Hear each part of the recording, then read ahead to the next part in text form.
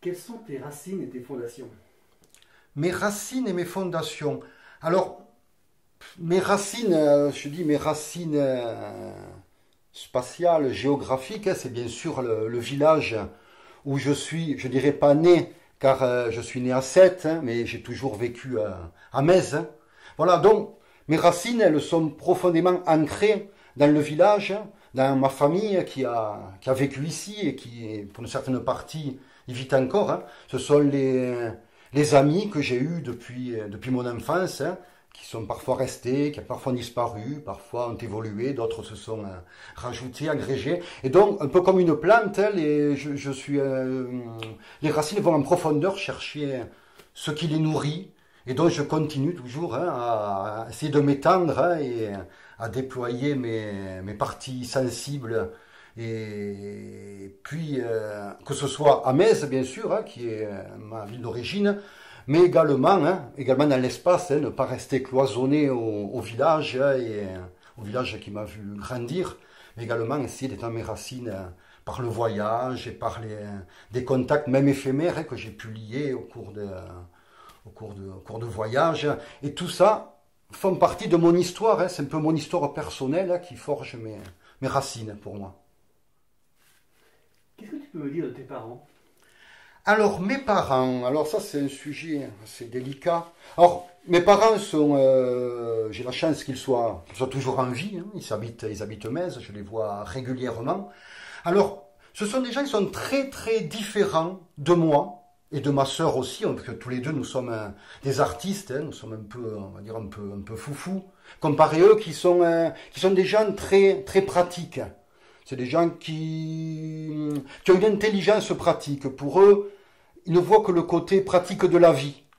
Voilà. Donc, alors, c'est très utile, hein, parce qu'en fait, ils ont toujours été au devant, hein, pour parer à toute éventualité ou tout problème matériel qui pourrait advenir, hein, même qu'ils soient de conditions relativement modestes.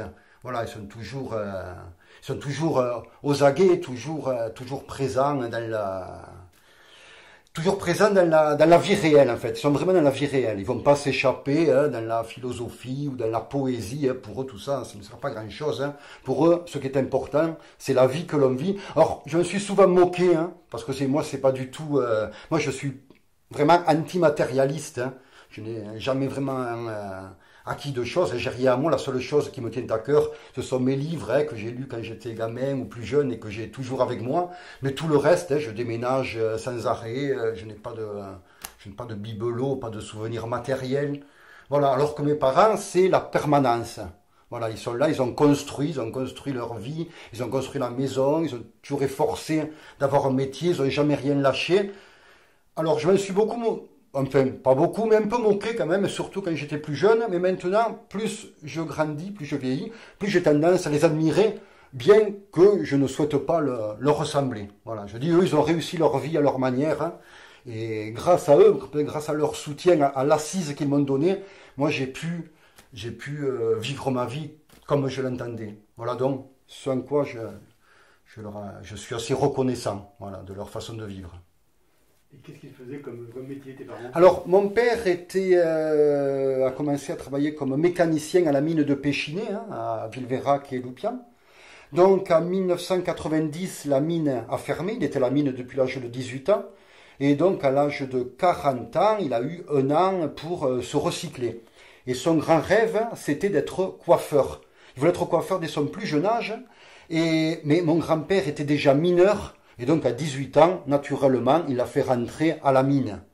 Donc, il s'est beaucoup plu à la mine, hein. Il s'est fait, apparemment, ce qu'il m'en a raconté, il y avait une bonne ambiance, il y avait de bons copains. C'est un métier dur, mais qu'il a beaucoup apprécié. Et ce licenciement économique a été l'occasion pour lui de rebondir, de passer un CAP de coiffure en un an et d'ouvrir son salon de coiffure pour hommes à Metz. Il a exercé pendant 25 ans sur la place de la mairie à Metz. Voilà. Alors ma mère, elle a travaillé à l'usine jusqu'à notre naissance, à peu près avec ma sœur et moi. Et ensuite, elle est restée au foyer jusqu'à ce qu'on soit, disons, sevré. Et ensuite, elle a travaillé comme assistante à la maison de retraite de Metz. Voilà, jusqu'en 1900, jusqu'à dans les années 2000, je ne sais plus trop. Voilà. Et qu'est-ce que tu as appris de tes parents? ce que j'ai appris de mes parents, je me suis souvent demandé ce que j'ai appris de mes parents. Enfin, comme j'ai dit tout à l'heure, qu'est-ce qu'ils m'ont vraiment appris, qui m'est vraiment servi personnellement dans ma vie. Alors, j'avoue que j'étais parfois déçu de ne pas avoir des parents un peu plus fantasques, un peu plus artistes, qui m'auraient élevé dans le sens élevé un peu spirituellement, ou m'amené vers des formes d'art que je n'ai pas eu l'occasion de rencontrer, ou qui m'auraient fait voyager.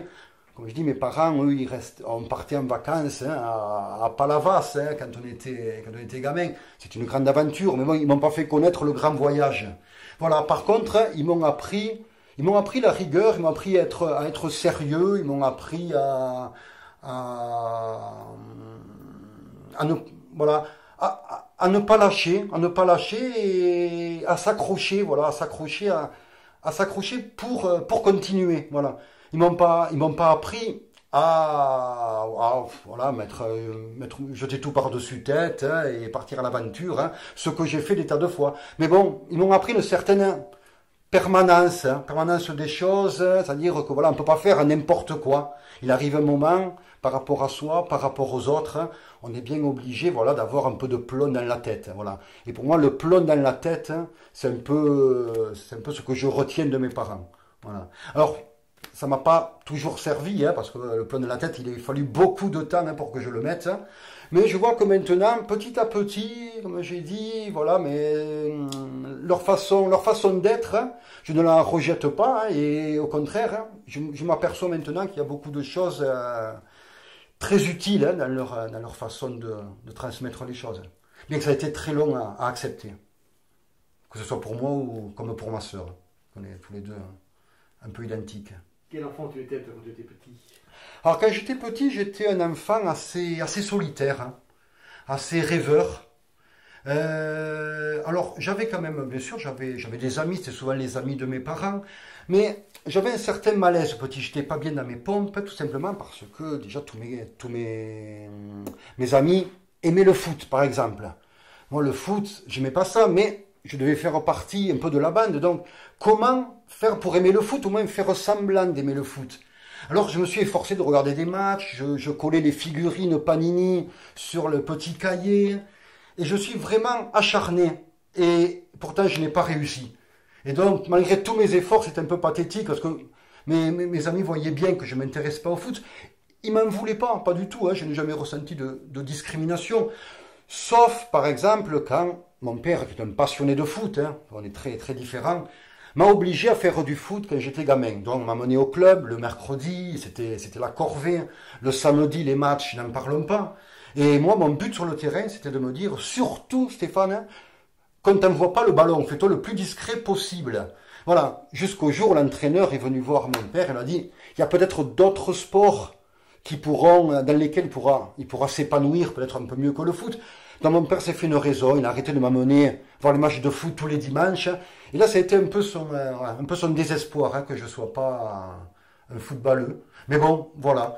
Et voilà, donc, j'avais ce côté rêveur. Moi, ce que j'aimais, moi, c'était l'histoire. J'avais un vieux livre d'histoire qui datait de mon grand-père, style Troisième République, hein, avec les images d'Épinal, le baptême de Clovis.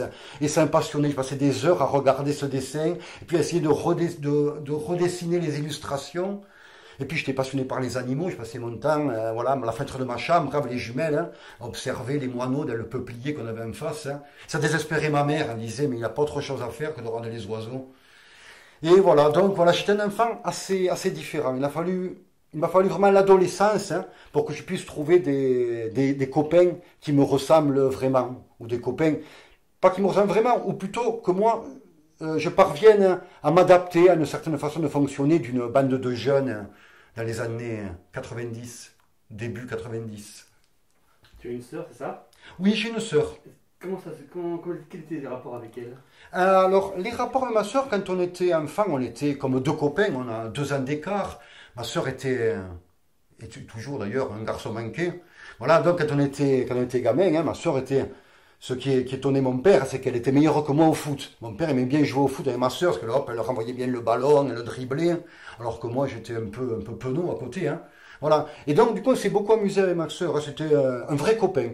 À l'adolescence, on s'est un peu perdu. L'adolescence, moi, j'ai eu ma bande de copains. Elle était un peu plus jeune que moi. Elle a eu sa bande de copains-copines.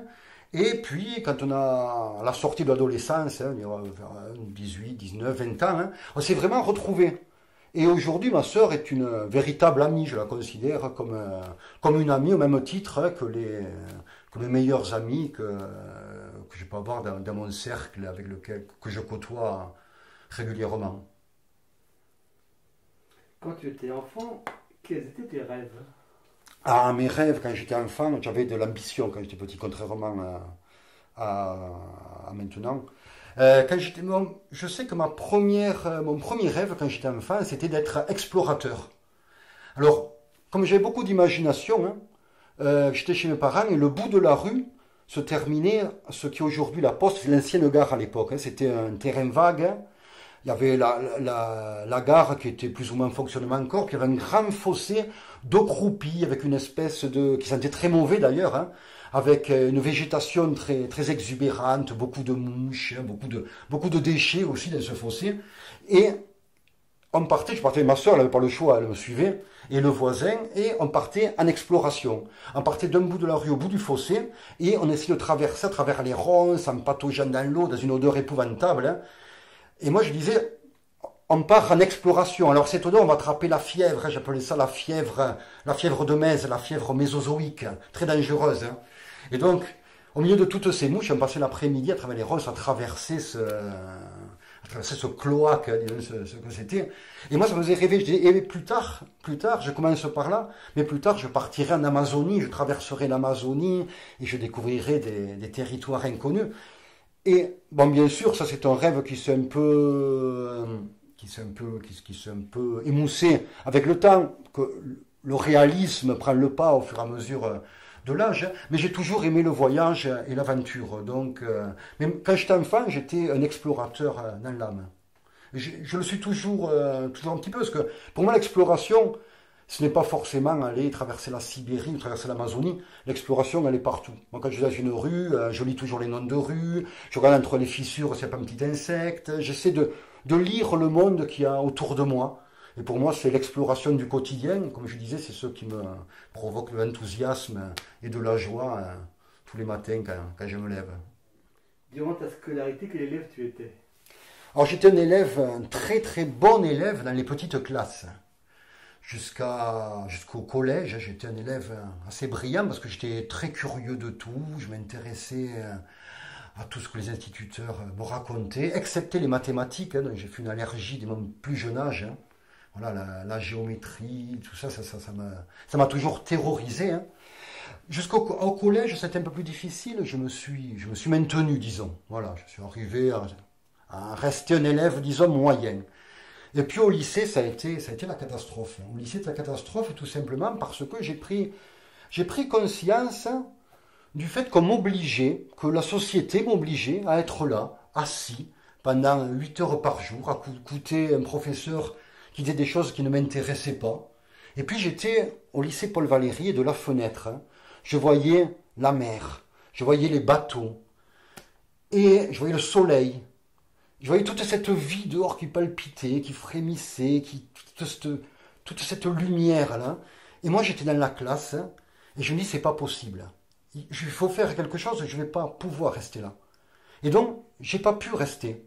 C'est-à-dire qu'un jour, j'ai dit à mon professeur, j'ai dit, écoutez, je peux aller aux toilettes. Je suis sorti du lycée, j'ai grimpé au Mont-Saint-Clair, je suis passé de l'autre côté, j'ai marché sur le Lido. Et là, arrivé quasiment à Marseillan, je me dis, mais qu'est-ce que tu as fait? Tu as laissé toutes tes affaires en classe, hein, que vont dire tes parents. Et en fait, j'ai fait du stop, je suis rentré à Metz, je ne l'ai pas dit à mes parents, hein, j'aurais dit, voilà, je ne sais plus, que j'ai oublié les affaires, ils avaient fermé la classe. Hein. Et à partir de là, je me suis dit, non, je ne vais plus retourner en classe. J'étais obligé d'y retourner, ils m'ont obligé, ils m'ont puni. Et malgré tout, je prenais le bus le matin, et j'étais motivé, je dis, là, je vais aller en cours aujourd'hui. Et j'arrivais dans le lycée, et je voyais ce grand bâtiment, je voyais ce grande porte qui s'ouvrait, tous ces élèves qui s'engouffraient pour une journée d'apprentissage, de je ne sais pas de quoi. Moi, je ne comprenais pas ce que je faisais là. Et donc, je tournais les talons et je partais, j'allais me promener, j'allais dans Sète, j'allais voir les bateaux. Et voilà. Et j'ai arrêté l'école très tôt. J'ai quand même pu passer le bac, que j'ai raté, parce que j'avais un désintérêt total. Et surtout, j'avais peur d'être au repêchage. Ensuite, lors de l'année du mois du bac, j'ai eu l'occasion de partir en bateau sur un voilier en Espagne. Et bon, mes parents m'ont laissé partir malgré tout, même que j'avais raté le bac. Ils m'ont dit, mais si tu vas au repêchage, tu reviens de suite. Et moi, je priais pour ne pas être au repêchage. Et quand ils m'ont appelé en me disant, Stéphane, tu n'es pas au repêchage. Ouah, j'ai dit, je suis sauvé. Je vais pouvoir continuer mon périple en bateau, en voilier en Espagne. Pour moi, c'était merveilleux. Et je suis plus jamais retourné à l'école, sauf j'y suis retourné à l'âge de 30 ans pour passer un diplôme d'animateur culturel. Et par contre, là, j'étais passionné. J'ai passé un an fabuleux. J'ai appris plein de choses. Et c'était un vrai régal. Et le milieu scolaire, c'est un milieu professionnel. C'est un milieu d'apprentissage professionnel. Mais pour moi, ça a été extraordinaire. Parce que quand on a envie d'apprendre et qu'on apprend des choses qui nous intéressent, qu'on a le but d'aller vers quelque chose qui nous passionne. Être animateur, pour moi, c'était un rêve, surtout culturel. J'aimais l'histoire. Ça a été fabuleux. Et puis, j'y suis retourné pour passer un diplôme d'animateur nature. Et ça a été fabuleux également. Voilà. Donc, moi, je plains beaucoup les enfants, les jeunes qui sont obligés de passer 7-8 heures par jour à l'école. À l'âge où on a le plus d'énergie, où on bouillonne, où on est plein de créativité, pour écouter toute la journée des choses souvent insipides. Ouais, moi, je les plains, franchement.